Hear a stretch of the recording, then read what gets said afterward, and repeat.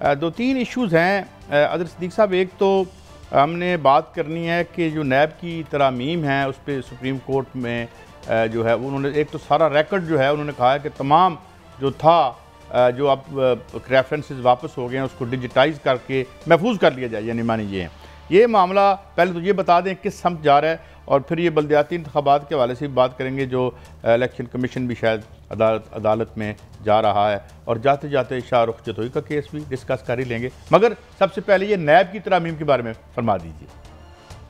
बहुत शुक्रिया काजी साहब एंड आरिफ हमीद भट्टी साहब। ये जैसे ही ये सारा मामला इमरान खान साहब की गवर्नमेंट के बाद आए तो ये तयशुदा चीज़ें थी, ऑलरेडी इन तमाम सियासी जमातों ने आपस में तय कर लिया था कि अगर हमारे जिम्मे कोई काम लगा हुआ तो उससे पहले हम अपने सारे काम करा लें। उसके लिए ये नैब की तरामीम ये कह रहे हैं कि इमरान खान साहब ने नैब की तरामीम इस हवाले से चाहते थे कि जो प्राइवेट लोग हैं उनके हवाले से उनको बचत हो, लेकिन इन्होंने तो ऐसा काम कर दिया, यानी 1999 से लेकर इस अपने तमाम केसेस का इतलाक कर दिया।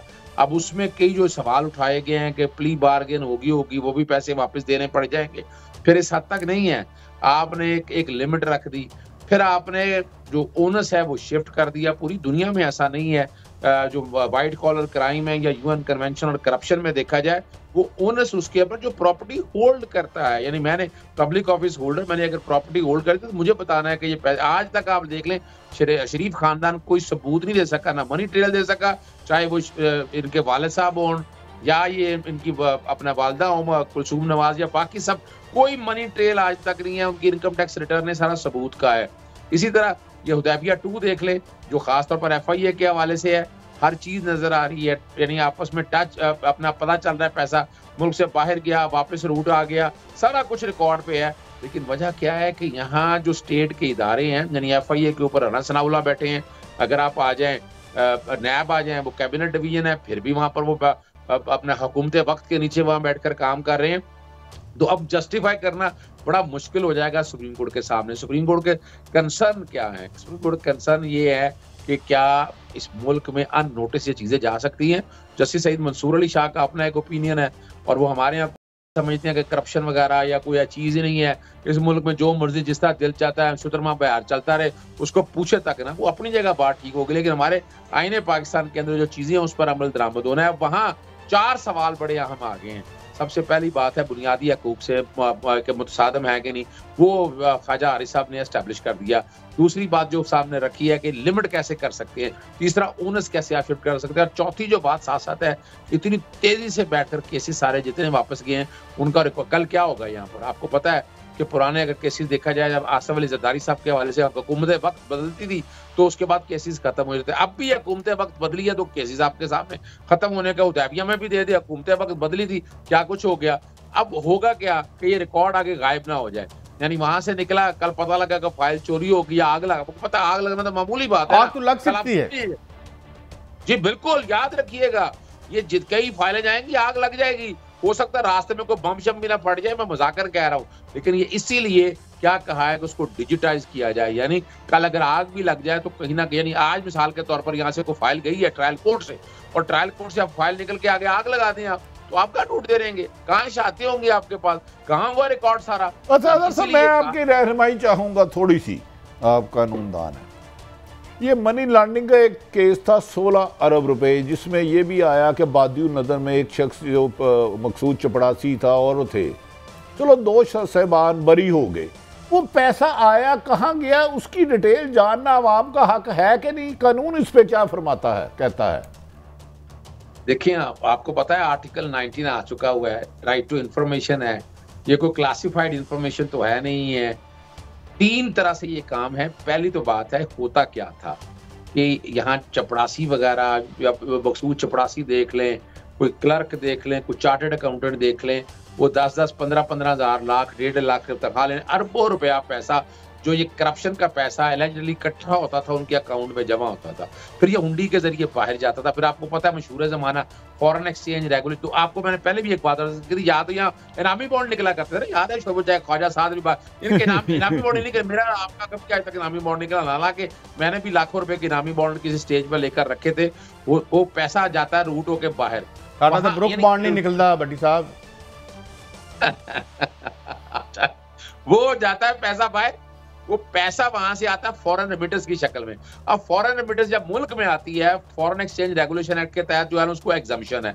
जब उसको एग्जम्पशन होगी तो वो आप टैक्स में तो कह देंगे जनाब मैंने तो मुल्क में फॉरेन रेमिटेंस लेकर आया हूँ, अगर ये मैं अगर मैं लेके आया हूँ तो जनाब इसमें टैक्स ना दें आप। वो आपको कौन कह रहा है टैक्स का, लेकिन वो पैसा तो जो है वो फेटफ में हम आज क्यों बैठे हैं। फाइनेंशियल टेररिज्म और क्या है कि पैसा बाहर से जब आता है पूछा ही नहीं जाता कि वो कौन है, कुछ अच्छा मुझे सदीक साहब तो आप मेरे साथ ही रहें। हमें एक और मारूफ कानूनदान शुएब शाहीन साहब ने ज्वाइन किया है यहाँ। शुएब शाहीन साहब, thank you very much for your time. हम यही डिस्कस कर रहे थे एक तो ये नैब का लॉ, मगर एक मैं आपसे अमूमी सवाल करना चाहता हूँ।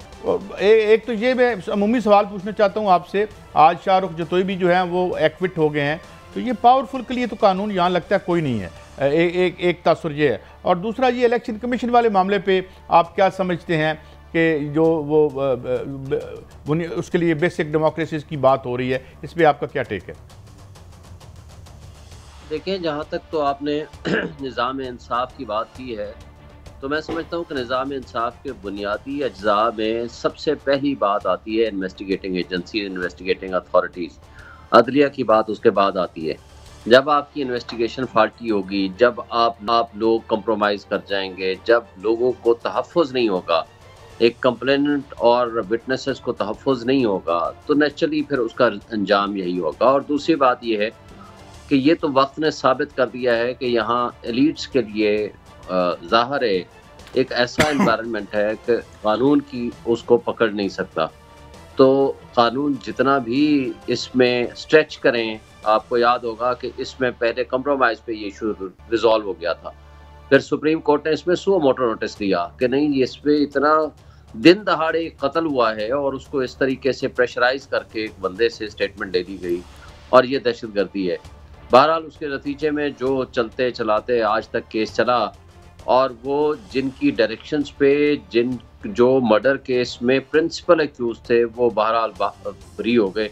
और ये इस बदकिस्मती के साथ हम इस मुल्क में रह रहे हैं, क्योंकि सबसे बड़ा से बड़ा मुजरिम जो होता है वो हमेशा किसी न किसी टेक्निकल ग्राउंड में बच निकलने में कामयाब होता है, और जो छोटे मुजरिम होते हैं वो पकड़े जाते हैं और उनको डबल सज़ा मिलती है, या मुलव्वस हो या ना हो। तो ये तो हो गई जनरल बात। दूसरी बात जो आपने इलेक्शन कमीशन के हवाले से बात की, इलेक्शन कमीशन तो देखें ना जी, जो इमरान खान साहब का नैरेटिव था कि ये पार्टी बने हुए हैं, इनका कोई भी कंडक्ट आप उठा के देखें, ऐसा नहीं है जो एक न्यूट्रल का रोल हो या एक इंडिपेंडेंट रोल हो या इम्पार्शल का रोल हो। तो उनकी पार्शलिटी तो हर वक्त नज़र आ रही है। और एक चीज़ आप सामने रखेंगे, जब जैसे प्रोहिबिटेड फंडिंग का केस आया, सुप्रीम कोर्ट की जजमेंट जो हनीफ अब्बासी वर्सेस इमरान खान न्याजी वाली जो जजमेंट है 2017-18 में आई थी, 17 में आई थी, उसमें तो क्लियर कट डायरेक्शंस हैं कि विदाउट डिस्क्रिमिनेशन ट्रांसपेरेंट तरीके से तमाम पॉलिटिकल पार्टीज़ के फंड्स और अकाउंट्स चेक करें। और एक पार्टी का आपने फैसला कर दिया, मान लेते हैं उनके खिलाफ एप्लीकेशन पहले आई, तो जो बाद वाले आए हैं उनको कोई अगले हफ्ते में, 2 हफ्ते बाद, कोई महीने बाद, कोई 2 महीने बाद, कोई 6 महीने बाद उसका फैसला तो कर दें। वो फैसला लेके बैठ गए हैं। और इसी तरह जिस तरह इलेक्शंस को बहाना बना करके सैलाब का फैसलाबाद में भी, ननकाना में भी, मुल्तान में भी। शहीद साहब, मैं थोड़ी सी रहनुमाई चाहूँगा, वक्त की कमी है। एक तरफ तो कराची में सैलाब नहीं आया, 7 अजला में इलेक्शन होने थे, वहाँ इलेक्शन कमीशन सिंध हुकूमत के कहने पे मंसूख कर देता है। दूसरी तरफ पंजाब के खिलाफ सुप्रीम कोर्ट में जा रहा है, ये दोहरा मेयार नहीं है क्या? इनको इदारों को कोई नहीं पूछने वाला? जी, असल बात ये है कि इदारों को पूछने वाले जो हैं वो खुद हो गए हैं, बज़ाहिर ऐसा लगता है, क्योंकि इदारे के ऊपर जो सुपरविजन होती है वो कॉन्स्टिट्यूशनल कोर्ट्स की आमतौर पर हुआ करती है। अब बदकिस्मती से कॉन्स्टिट्यूशनल कोर्ट्स हैं, जिसमें सुप्रीम कोर्ट ऑफ पाकिस्तान है, वो खुद तकसीम का शिकार है। वक्त की कमी के बायस से अदर सदीक साहब, मैं ये मुख्तसरन आप कमेंट फरमा दीजिएगा, ऐसे हमें क्यों लगता है कि जिन इदारों ने पकड़ना है, ये जो तफ्तीश करने वाले हैं, ये प्रोटेक्शन का जरिया बन गए हैं? क्या ये तसव्वुर दुरुस्त है या आई एम ओवर डूइंग? जो तो इनके वाले से बात कर रहा हूँ। बिल्कुल बजा फरमाया। हम सारा बर्डन अदालतों पे डालने की कोशिश करते हैं, मैं इस बात से इत्तेफाक नहीं करता। अब इसमें भी 780 अगर डिलीट की है तो वो आपकी री इन्वेस्टिगेशन या बाकी मामलात में आके आपकी प्रोसिक्यूशन का कसूर है। हम वो बर्डन डालने की कोशिश करें हमारी अदालतों में, मैं इससे इत्तेफाक नहीं करूंगा।